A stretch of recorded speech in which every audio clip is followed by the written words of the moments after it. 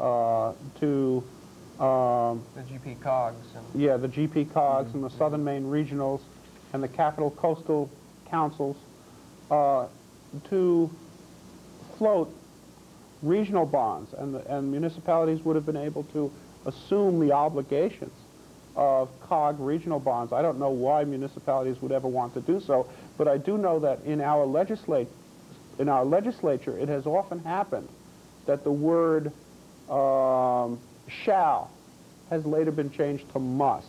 And I think this was one of those legislative setups where municipalities would have been stuck with the obligation of backing and assuming the bond obligations of COG regional bonds. Well, what would happen if COGs, that is councils of government, once having acquired through the planning process tremendous power over people's property, float these regional bonds?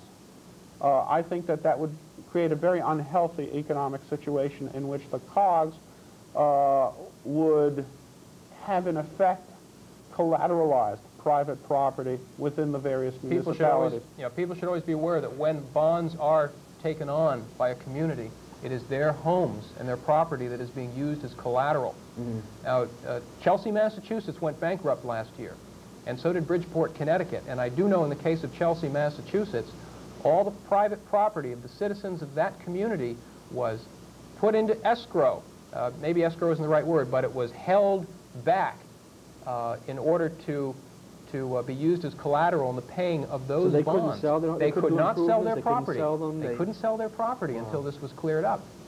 In other words, the municipality, if the municipality becomes a puppet of the COG, then the municipality can be forced to take on a level of taxation which literally forces people out of their homes.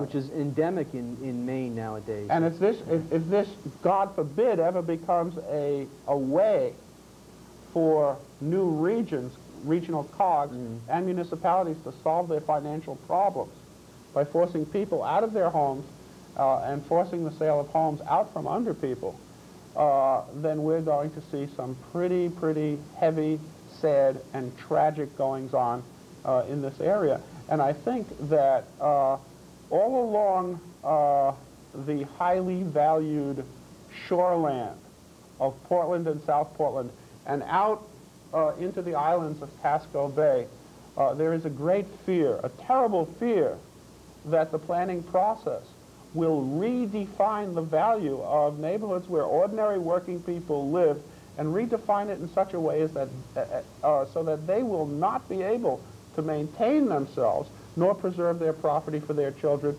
And I think that this is something that we have to anticipate and we have to deal with politically, because there's no way of dealing with it legally except through the legislature itself. Let's take the scenario to the nth degree then. Let's say we have a scenario where there's a large number of people who have lost their property due to inability to pay the taxes. What then happens to the tax base of the town, because there's nobody left in the homes to pay the taxes, right? I mean, we're paying private taxes, but there's nobody in the houses. And what happens to the property? Banks end up owning it. And what are the banks going to do with it? Banks then it goes on to the market, and it will be sold to the highest bidder. To the highest bidder. Actually, keep in mind that your city or your municipality will take possession of your home for failure to pay property taxes. Right. Okay, so that's what will happen. And then it will be auctioned off, and then corporate speculators. Who's going to buy it, though? That's the question. The banks will buy it. The banks will acquire it. And what are they need somebody to occupy those homes then. Or realty companies will acquire it. But nobody wants to sit on that stuff. They need somebody to come in those houses at that point. That's right. And they can't afford to hang on to them. That's right. So I'm saying, let's take it all the way to the logical conclusion. When we get to that point, and there's all these empty properties, what's going to happen? You're running one scenario through. My opinion on this entire comprehensive plan, that is, it is economically unworkable. There is not enough wealth in this country, let alone the state of Maine, to pay for this. I agree with you. And you're running through one scenario that could very easily happen, that the taxes in a community rise to such a level that the community is broke. It is broken. All right? So you're talking a whole new community would actually move into the community? Well, you'll find it's hard to tell exactly what the sequence would be. Okay. I'm not sure that there are people waiting in the wings who could actually move into a community once it was paralyzed in this way. All I know is that the people would suffer tremendous You'll have a political breakdown at that point, as well as a dislocation. financial one. And I think that this is what some of the people on the islands were trying to tell Mayor Allen in Portland, and I'm not sure their message got through loud and clear enough. I don't think it did at all. Because it didn't get through in any permanent way. It did make an effect. I mean, they were listened to temporarily, but one of the reasons why we're here talking is to make sure that this message is not ignored, not forgotten. The secession of the islands is a symptom of a government that is far too costly for the people and far too, therefore, abusive of Do you the think people. they're victims, the islands themselves are victims of, quote, the comprehensive planning that's going on? You think that's part of the first problem. results of this? We've seen several things happen in this economy. All right, one of them is the comprehensive plan, which is taking effect in Portland piece by piece, and it has a price. But we also have a total dislocation in the real estate market due to what the Federal Reserve has been doing for the last X number of years, and also the flood of money that was thrown at real estate because of the savings and loans being freed up back in 1980 when they were deregulated. So there's a whole process that took place there that never should have happened. Also, comprehensive planning is like a vortex which pulls in private lobbying groups and private advocacy groups that have special interests. For example, the Portland Comprehensive Plan is all set to work with various conservation groups, which desire to set up scenic trails and greenways all along. Which sounds like a nice idea. idea. It sounds great. The problem is that these groups, in turn, work with the National Park Service, work with the State Planning Office, work with the Gulf of Maine Commission, work with the National Oceanographic and Atmospheric Administration. And so suddenly local control in any particular area, and this is not just a problem which affects Portland and South Portland, but also affects wells and towns up and down the coast and along rivers and in scenic mountain areas.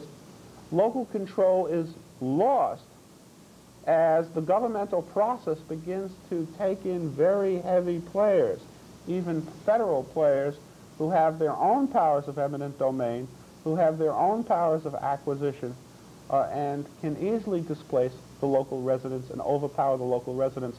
For example, in Portland you have the Capissic Brook system, and the Capissic Brook system is slated to be integrated into a scenic trailway system. Very recently, at a recent city council meeting in Portland, the question of the city's acquisition of half of a particular gentleman's building lot for access to the Capissic Brook trail system came up, and I was not surprised to see in that situation that his building permit was hanging in the balance, or appeared to be hanging in the balance. I hate to interrupt you, but we're running out of time. That's quite all right. I appreciate Jim Michalek and Jonathan Malmude. Thank you, gentlemen, for coming and being on Maine Perspectives. I'm sorry we didn't have time to pursue this further, but hopefully in the future we can get some more talked about this. I'm Stephen Perazone. Thank you for being with us on Maine Perspectives.